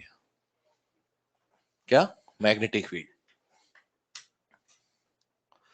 यानी कि आज के बाद हमारे पास मैग्नेटिक फील्ड फाइंड करने के दो तरीके होंगे, एक तो BSL और एक ACL। By chance ACL BSL से जो चीज सॉल्व नहीं होगी वो ACL से हम सॉल्व कर रहे होंगे, ये बात है। दूसरी बात, ACL से जब हम क्वेश्चन सॉल्व करेंगे तो आपको पता लगेगा कि ACL लगभग लगभग ऐसा है, या ACL को सॉल्व करने के मैथमेटिकल स्टेप्स लगभग मिलते जुलते हैं इलेक्ट्रोस्टैटिक्स के गॉस थ्योरम से, and it is just a coincidence, आपस में कोई रिलेशन नहीं है इनमें। और फिर वही वही कई बात, कई लोग तो अभी से समझ कर बैठ गए अरे यार मुझे तो गॉस थ्योरम नहीं आता, तो अब एसीएल भी नहीं आएगा। इतना नेगेटिव सोचने की जरूरत नहीं है ना। ये बताना जरूरी हो जाता है, हर बार बताता हूँ, हर बैच में बताता हूँ। कारण ये है कि कई लोग सोचते हैं ये नहीं आता, आता क्या है वो नहीं, उस पर ध्यान नहीं होता, नहीं आता उस पर ध्यान होता है। गॉस थ्योरम से इसका आपस में वैसे कोई रिलेशन नहीं है, जिसे कहते हैं ना एक कोइंसिडेंस है, एक इत्तेफाक है, मात्र एक संयोग है, इनके स्टेप्स मिलते जुलते हैं। अगर मैं चाहूं तो मैं पूरा एसीएल आपको पढ़ा सकता हूं, एक बार भी नाम तक नहीं लेंगे गॉस थ्योरम का, बड़ा आराम से हो जाता है टॉपिक। कई बार टाइम कम होता है तो हम बिना उसके भी पढ़ा देते, कोई दिक्कत नहीं। लेकिन अब जानते हैं हमें पढ़ना ही है, आज नहीं तो कल गॉस थ्योरम पढ़ना है, थोड़ा सा रिवीजन का मौका मिल जाएगा, थोड़ी पुरानी यादें ताजा हो जाएगी, इसलिए मैं आपको बताऊंगा एक चीज और। एसीएल फेल हो जाता है, काम नहीं करता, अगर करंट टाइम के साथ बदलना शुरू हो जाता है तो। It is not valid for time varying current. वैसे आपको पता है ये जो चैप्टर स्टार्ट हुआ था उस दिन हमने पहले दिन ही कह दिया था कि इस चैप्टर में हम सिर्फ किसकी स्टडी करते हैं, कांस्टेंट करंट की। तो आपके पास तो हमेशा कांस्टेंट करंट ही आएंगे। लेकिन मान लीजिए अगर एग्जाम में क्वेश्चन सीधा आ जाए that ACL is not valid for, आप आंसर टिक करेंगे it is not valid for time varying current. अगर करंट टाइम के साथ बदलना शुरू हो जाता है तो जानते हैं एम्पियर्स इक्वेशन की जगह इक्वेशन आती है एम्पियर मैक्सवेल इक्वेशन, जो आप पढ़ेंगे ईएम वेव्स में, जहां डिस्प्लेसमेंट करंट और एक कहानी आती है, तो उसके लिए छोड़ देते हैं, लेकिन आपको आइडिया होना चाहिए किसके लिए काम नहीं करेगा, टाइम वेरिंग करंट के लिए। मैं लिखवाऊंगा आपको, चिंता मत करो, थोड़ी देर बाद आपको लिखवा दिया जाएगा। एक बात और, एसीएल की हेल्प से उन्हीं क्वेश्चंस को आसानी से सॉल्व किया जा सकता है, आसानी से सॉल्व किया जा सकता है जिनमें करंट डिस्ट्रीब्यूशन यूनिफॉर्म हो और इनफाइनाइट हो, जैसे कि infinite long wire, infinite long solid cylinder, infinite long hollow cylinder, infinite long solenoid. ऐसा नहीं है कि फाइनाइट करंट डिस्ट्रीब्यूशन के लिए एसीएल फेल हो जाता है, लेकिन फाइनाइट करंट डिस्ट्रीब्यूशन के लिए एसीएल से क्वेश्चन करना काफी डिफिकल्ट हो जाता है। तो जहां डिफिकल्ट हो जाता है तो हम इसलिए वहां पर उसको ट्राई नहीं करेंगे। क्या इन दोनों बातों में अंतर समझ में आ गया क्या? क्या फाइनाइट के लिए एसीएल फेल होता है? फेल तो नहीं होता, मुश्किल हो जाता है, तो क्यों टाइम पास करें जब हमारे पास दूसरे तरीके हैं। Is that clear? ऐसा गॉस थ्योरम में भी होता है। गॉस थ्योरम में क्या होता है, आप हर बार इलेक्ट्रिक फील्ड फाइंड नहीं कर सकते। इलेक्ट्रिक फील्ड फाइंड करने के लिए चार्ज डिस्ट्रीब्यूशन यूनिफॉर्म होना चाहिए और सारी कहानियां होनी चाहिए। आ जाते हैं हमारे इस टॉपिक पर। जिनको लगता है गॉस थ्योरम पसंद नहीं है, पसंद करनी पड़ेगी, आपके पास ऑप्शन दूसरा कोई है नहीं। हाँ ठीक है, मैं आपको गॉस थ्योरम पढ़ाने नहीं आया हूँ, हल्का सा हिंट दूंगा, अगर छोड़ना चाहते हैं छोड़ सकते हैं। क्यों छोड़े, रिवाइज ही कर लेते हैं। देखो इलेक्ट्रोस्टैटिक्स में क्या होता था, आपको कहा जाता है एक चार्ज है Q1, एक है -Q2, एक है Q3 और एक है -Q4, और आपसे कहा जाता था किसी पॉइंट पर क्या फाइंड करें, इलेक्ट्रिक फील्ड फाइंड करें या किसी सरफेस से पास होने वाला फ्लक्स कैलकुलेट करें। इस तरह के क्वेश्चंस बनते थे, चार्ज कैलकुलेट। तो हमारा सबसे पहला काम क्या होता था, एक इमेजिनरी 3 डायमेंशनल क्लोज सरफेस बनाते थे, जिस क्लोज सरफेस को नाम क्या दिया था, गॉसियन सरफेस। इसके एक एलिमेंट को डीएस लिखते थे, ये होता है एरिया वेक्टर के अलोंग, यानी कि सरफेस से बाहर परपेंडिकुलर होता है, याद है। और फिर इक्वेशन क्या बनती थी, E dot D S is equal to Q enclosed by epsilon not, ये बनती थी। इस क्यू एनक्लोज के अंदर सिर्फ आप अंदर वाला चार्ज लिया करते थे, बाहर कोई चार्ज है तो उसको नहीं लिया करते थे, हालांकि फील्ड सबका कहलाता था। अब देखना, और यहाँ पर आप सरफेस इंटीग्रेशन करते थे, यानी कि पूरे सरफेस पर इंटीग्रेशन। जिस प्रकार इलेक्ट्रोस्टैटिक्स में इलेक्ट्रिक फील्ड का सोर्स चार्ज था, आपको चार्ज देकर आपसे इलेक्ट्रिक फील्ड पूछा जाता था, हमारे इस चैप्टर में मैग्नेटिक फील्ड का सोर्स करंट है, हमें करंट देकर मैग्नेटिक फील्ड पूछा जाता है। आपसे कहा जाएगा डॉट I1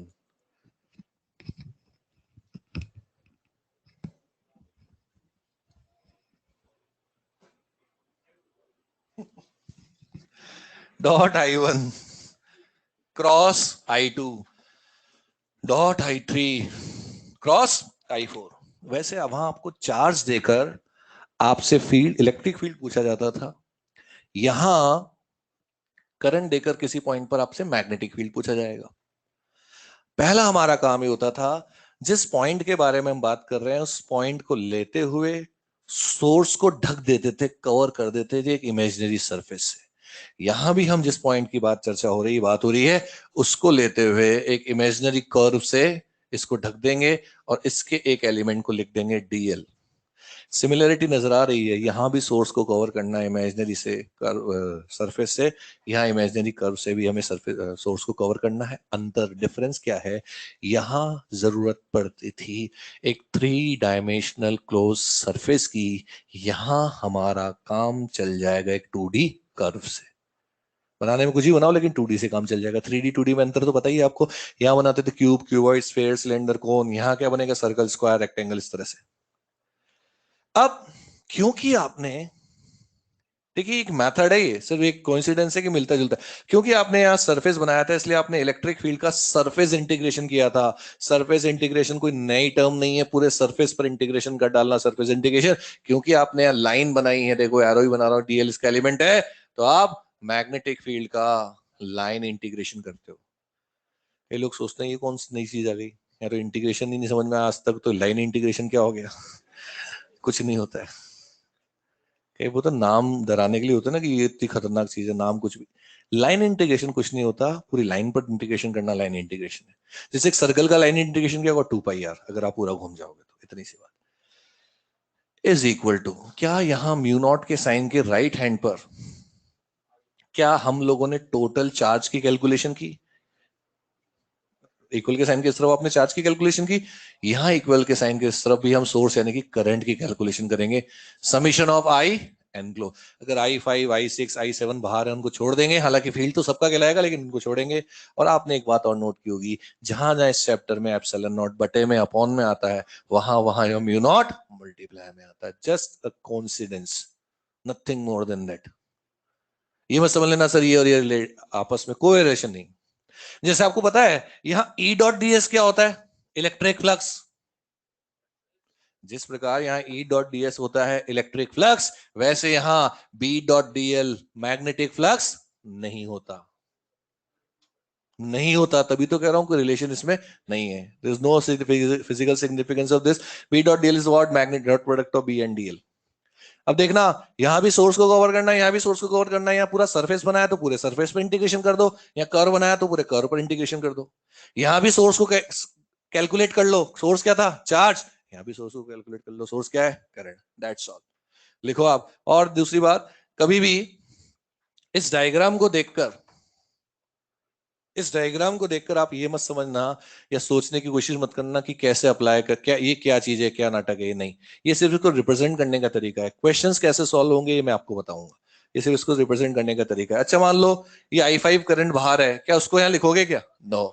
लिखो आप, line integration of magnetic field, और लाइन इंटीग्रल भी कह सकते हैं, line integration of magnetic field along any close path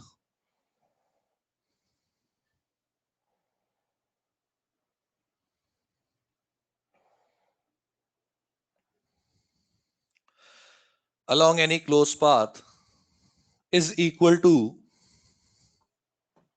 is equal to mu naught times of enclosed current, mu naught times of enclosed current। Diagram बनाओ, formula लिखो।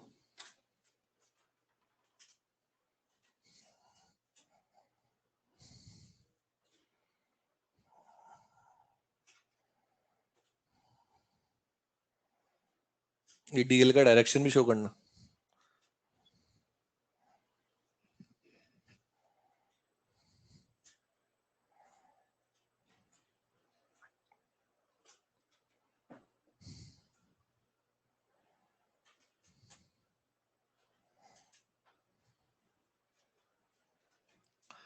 अब sir इधर देखें, लिख लिया।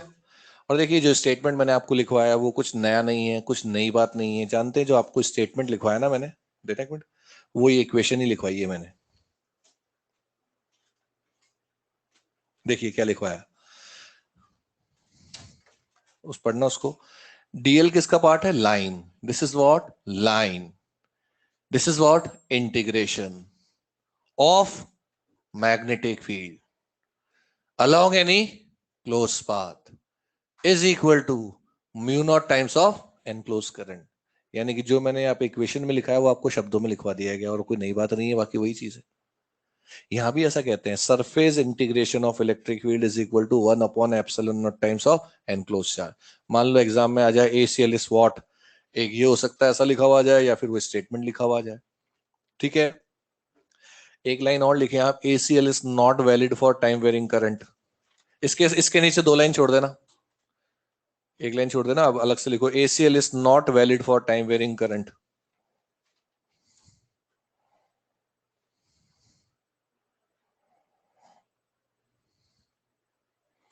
एक बात और, क्या आप जानते हैं जब आपने ये जब आप पढ़ते थे ना गॉस थ्योरम के, आपको पता है यहाँ पर चार्ज हमेशा साइन के साथ कैलकुलेट होते हैं, है ना? कैसे? क्या कैसे कैलकुलेट करोगे? Q1 minus Q2 plus Q3 minus Q4. यहां पर करंट की भी अगर आवश्यकता पड़ जाए तो करंट भी किसके साथ कैलकुलेट होगा? साइन के साथ.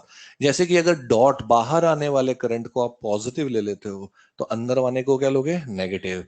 यानी कि समीशन ऑफ आई की जगह लिख सकते हैं आप I1 plus I3 minus I2 minus I. और लिखना मत इसको अभी, और इसको पॉजिटिव लोगे तो इसको नेगेटिव, यानी कि I2 plus I4 minus I1 minus I3. अब जरा सुनना, दोनों से आंसर आ जाएगा, दोनों ही तरीके आंसर लाने लायक हैं. लेकिन होगा कैसे? मान लो दो अलग अलग स्टूडेंट है, इन्होंने एक ने ये लिया एक ने ये लिया, तो हो सकता है एक का आंसर 2 आ जाए तो एक का -2 आ जाए. आंसर तो आ जाएगा, यानी कि मैग्नीट्यूड तो दोनों से निकल जाता है. क्या मेरी बात समझ में आ रही है? लेकिन कभी कभी ऐसे क्वेश्चंस बनते हैं, आपके मेडिकल में तो नहीं बने अभी तक, कि आपसे कहा जाता है कि नहीं भैया कसम होगी रूल्स को फॉलो करना पड़ेगा, बिना रूल्स के काम नहीं करोगे. अगर रूल्स एंड रेगुलेशन को फॉलो किया जाए तो बताओ किसको पॉजिटिव लें और किसको नेगेटिव लें. इसको लेने का एक तरीका है, वो मैं थोड़ी देर बाद डिस्कस करूंगा. क्या मेरी बात समझ में आ रही है जो मैं कह रहा हूं? अगर सिर्फ आंसर निकालना है, घर बैठना है, सीधे टिक करना है, आपको आपको पता है कि अगर मेरा -2 भी आंसर आएगा तो मुझे पता है वो 2 ही है, हमें यहाँ पे डायरेक्शन की बात कुछ करनी नहीं है, तो दोनों से आ जाएगा. लेकिन इन दोनों में से भी एक तरीका होता है चूज करने का, वो मैं आपको आगे बताऊंगा. फिर हम इस जगह को भर लेंगे जो मैंने आपको छुड़वाई है. स्टेप 1 लिखें. Step 1.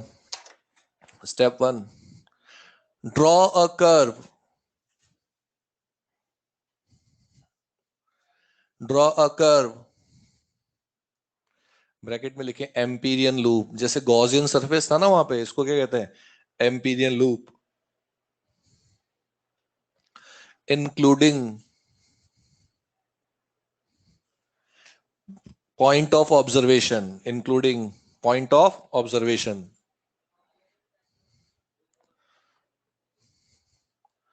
Second step, calculate enclosed current.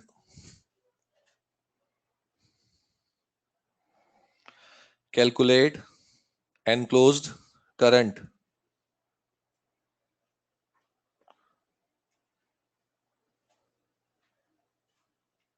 लिख लिया? Next step, apply ACL. Apply ACL oblique करके लिख दो integration.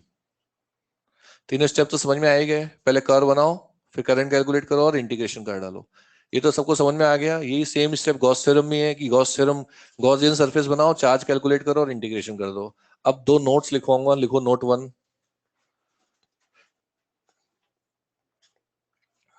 At each point of curve,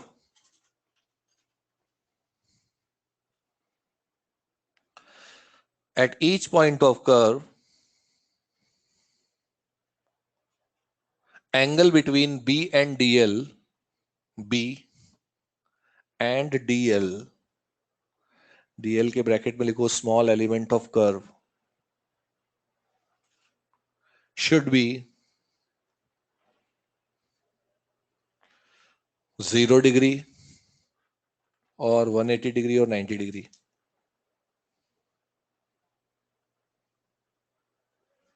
next,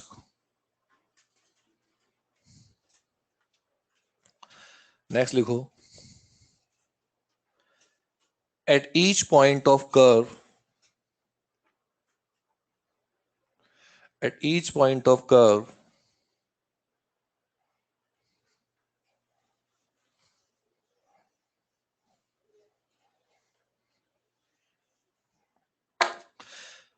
at each point of curve, magnitude of magnetic field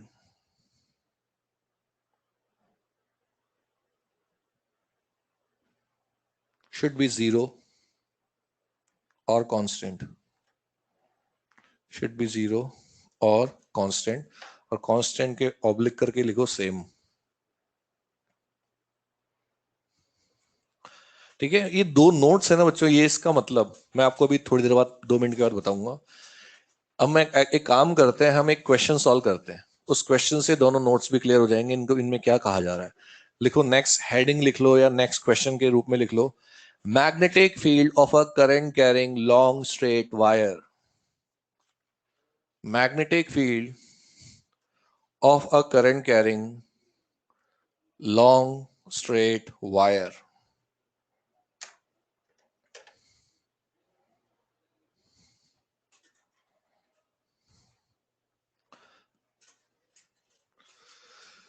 अब जरा देखिए इधर, ये एक लॉन्ग वायर है, इनफाइनाइट वायर है, और मुझे इसके कारण इस पॉइंट पर मैग्नेटिक फील्ड फाइंड करना है। फर्स्ट स्टेप,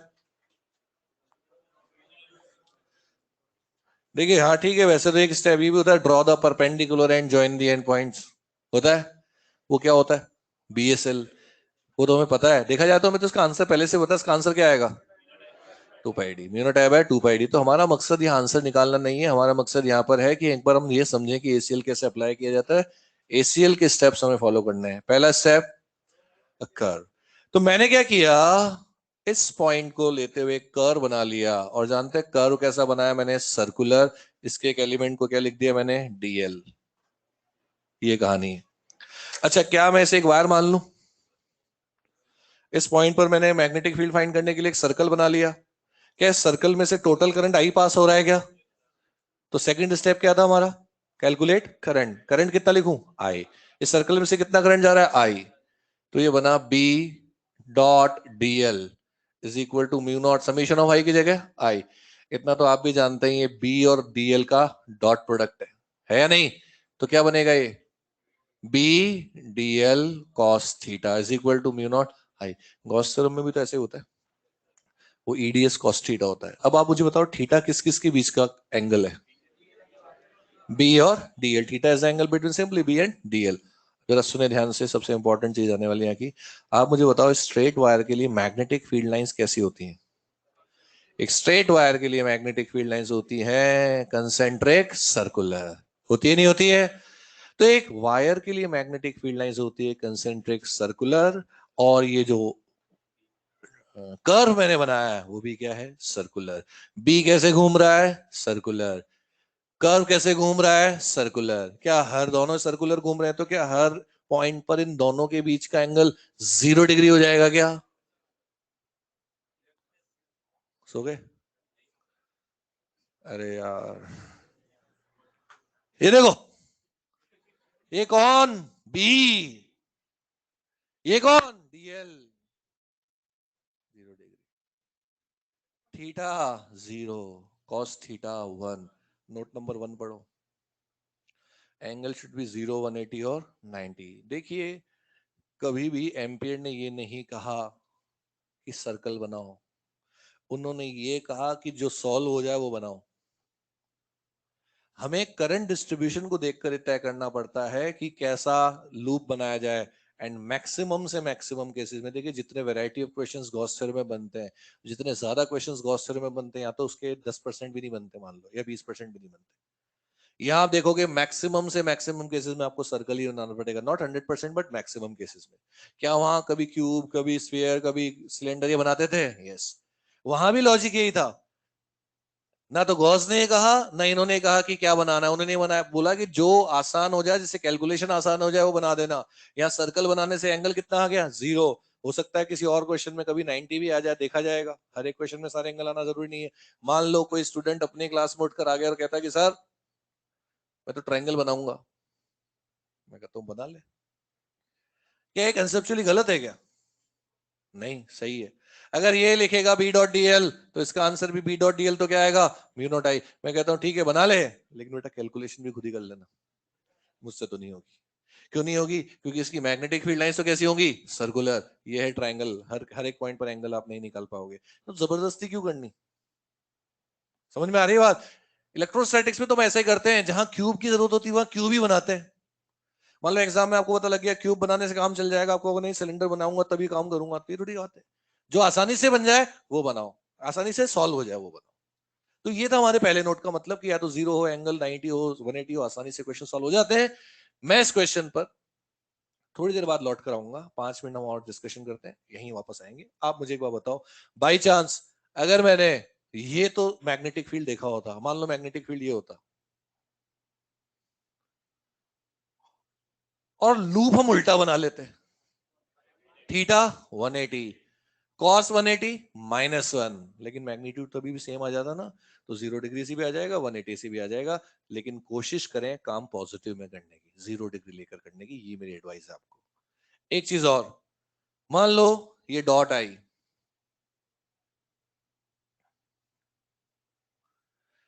ये एम्पीरियन लूप ऐसा बनाया है, गिवन है, ये मैंने नहीं बनाया ना आपने बनाया, क्वेश्चन में गिवन है। मान लो आपको एग्जाम में ऐसा पेपर में क्वेश्चन मिल जाए, this is the diagram, and for the given condition, question है for the given condition B dot DL will be 0, will be positive, और विल बी नेगेटिव।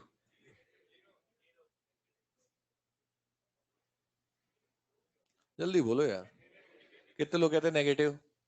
चलो इनका तो प्रॉब्लम सॉल्व हो गई, नेगेटिव आएगा। अच्छा, इस डॉट करंट का खुद का फील्ड बताना कैसा आएगा? डॉट करंट का फील्ड एंटी क्लॉकवाइज, करंट बाहर है ना, फील्ड कैसा है इसका? Anti clock. क्या इसका फील्ड एंटी क्लॉकवाइज, और डीएल क्या है? तो बी और डीएल के बीच का एंगल, आंसर क्या आएगा? नेगेटिव। आप कहोगे सर बनाया क्यों? मैंने थोड़ी बनाया, ये तो क्वेश्चन में दिया है। बात समझ में आ रही है? अब बताओ बी डॉट डीएल, क्या बी, इसका बी क्लॉकवाइज है, डीएल भी क्लॉकवाइज है, क्या आएगा? पॉजिटिव। अब देखो वापस बताओ बी डॉट डीएल, इसको उल्टा कर दे तो पॉजिटिव। ज्यादा हो रहा है क्या ये? अच्छा, डॉट आई क्रॉस आई, अब बताओ B dot DL, integration of B dot DL 0। कितने लोग कहते हैं 0? क्यों? क्योंकि जितना करंट बाहर उतना ही अंदर, 0। मैंने ये नहीं कहा कि बी 0 है, मैंने कहा बी डॉट डीएल 0 है। समझ में आ रही है बात? एक बार और बताऊं? अच्छा, एक और क्वेश्चन फिर। मान लो ये है गिवन एम्पीरियन लूप,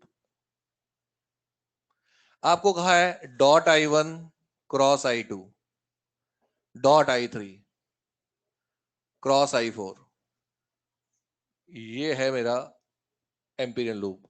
बताओ कौन से करंट को पॉजिटिव कैलकुलेट, अब बोले कि रूल्स को फॉलो करो और बताओ कौन सा करंट पॉजिटिव लिखोगे? डॉट करंट को पॉजिटिव लोगे या क्रॉस को? कितने लोग कहते हैं डॉट को जरा हाथ खड़ा कर लेना, अरे वाह मजा आ गया, बहुत अच्छे। क्या देखिए, देखिए हम ये मानकर चलते हैं डोमिनेटिंग करंट के हिसाब से इन्होंने डायग्राम बनाया, ठीक है ना?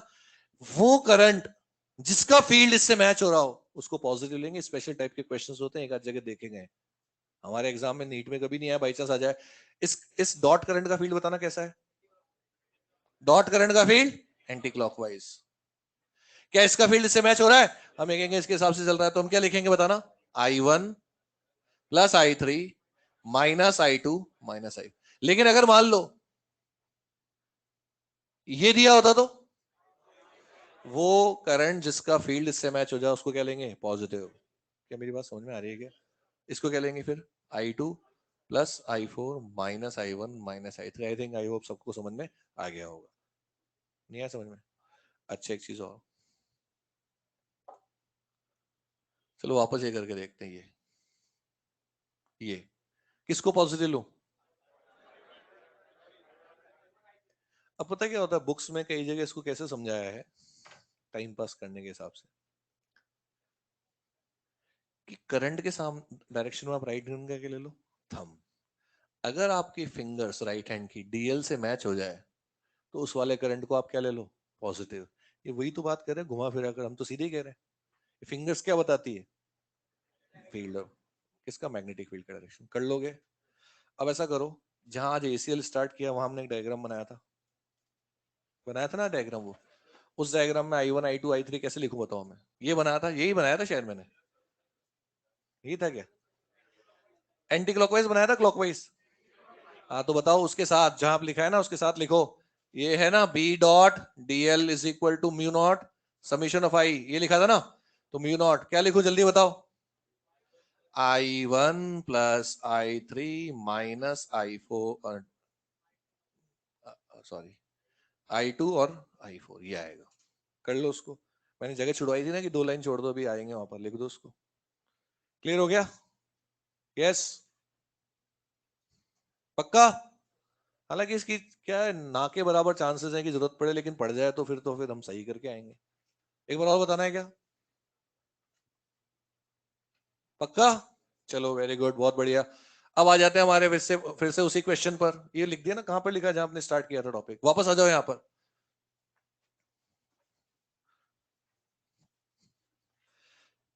BDL cos थीटा, अच्छा cos थीटा की वैल्यू 1, क्या ये बनेगा B DL is equal to mu not I. जानते हैं इंटीग्रेशन के साइन से कोई चीज तभी बाहर आ सकती है जब वो कांस्टेंट है, वरना उसका तो इंटीग्रेशन करना पड़ेगा। आपको पता है ये वायर है, इस वायर से ये डिस्टेंस कितना है R। अच्छा बताओ इस वायर से इस पॉइंट का डिस्टेंस क्या होगा, इसका, इसका, इसका, क्योंकि एक सर्कल है। क्या है, सर्कल। क्या सर्कल का हर एक पॉइंट यहां से इक्वल डिस्टेंस पर होगा क्या, इसका मतलब हर एक पॉइंट पर मैग्नेटिक फील्ड का मैग्नीट्यूड कांस्टेंट के साथ साथ सेम भी होगा क्या। जैसे यहाँ मैग्नेटिक फील्ड 1 टेस्ला है, करंट तो चेंज नहीं हो रहा, तो ऐसे 1 टेस्ला, तो यहाँ भी 1, यहाँ भी 1, यहाँ भी 1, यहाँ भी 1, सेम वैल्यू आ रही है, कांस्टेंट वैल्यू आ रही है, इसलिए इसको यहाँ से बाहर निकाल लेंगे। B integration of DL is equal to mu not I. देखिए मान लीजिए जिसने ट्रायंगल बनाया था जबरदस्ती, उसने जैसे तैसे एंगल की कैलकुलेशन भी कर ली होती, उसकी समस्या फिर आ जाती किसकी, मैग्नीट्यूड की। क्या इस ट्रायंगल का हर एक एलिमेंट यहाँ से अलग अलग दूरी पर होता, यस, हर जगह पर भी अलग अलग होता, कैलकुलेशन नियरली इम्पॉसिबल हो जाती। समझ में नहीं आ रहा है क्या, सेकंड नंबर नोट पढ़ो कि ऐसा कर्व बनाओ ताकि या तो मैग्नीट्यूड 0 लिखने को मिल जाए या कांस्टेंट लिखने को मिल जाए, सेम मिल जाए। इस वाले में सेम आ रहा है, कांस्टेंट आ रहा है, किसी क्वेश्चन में 0 भी आ सकता है। क्या आपको मेरी दोनों नोट्स का मतलब समझ में आ गया। अब इन दोनों नोट्स को एक लाइन में बोलूं कि ऐसा बनाओ कि कैलकुलेशन हो जाए, खत्म बात, है ना। तो हमारे सर्कल ने दो समस्याओं का समाधान कर दिया, एंगल भी 0 लेकर दे दिया, मैग्नीट्यूड भी अच्छा बना दिया। डीएल इंटीग्रेशन नाम की कोई चीज होती नहीं है एसीएल में, सिर्फ डराने के लिए होता है। ये पहले डर लगता है, ये सर्कल बनाने बहुत डरावना हो जाता है। कुछ नहीं करना है, सर्कल में घूमना है, 2 पाई आर, डीएल का integration 2 pi R, B into 2 pi R is equal to mu not I. तो यहां से बी क्या आ रहा है, mu not I by 2 pi R, hence proved. क्या बायो सावर्ट लॉ से भी ये आता है, जैसे इंट्यूज में जब पढ़ते हैं पढ़ाते हैं, जब बार या 12th के बोर्ड में आ जाए कि प्रूव करो एसीएल से बीएसएल को प्रूव करो, बीएसएल से एसीएल को प्रूव करो, तो तरीका है ना, ये निकाल लो कि उससे प्रूव कर दो, दोनों एक ही। अब सुनना, एग्जाम में आ जाएगा लॉन्ग वायर कैसे सॉल्व करोगे कि नहीं, सबको पहले से याद है। आगे अगले लेक्चर में मैं सिलेंडर सॉल्व करवाऊंगा, हॉलो सिलेंडर सॉल्व करवाऊंगा, उनमें ये स्टेप्स बार बार बच्चों रिपीट हो रहे होंगे, तो हम बार बार इनको लिखूंगा नहीं, यहीं से स्टार्ट कर देंगे, लेकिन आपको पता है स्टार्ट कहाँ से होके आ रहा है। बाकी नेक्स्ट क्लास में देखेंगे, लिख लो उसको।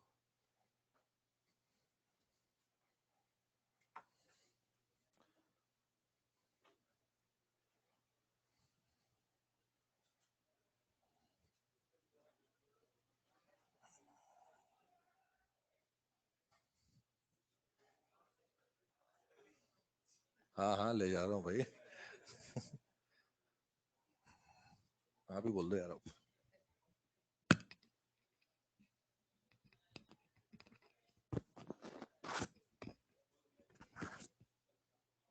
हाँ कल से मॉड्यूल नंबर 3 लेके आना है केमिस्ट्री का, ठीक है। डीएन सर क्लास लेंगे आपकी, ठीक है। डीएन सर दीपक नंदवाना।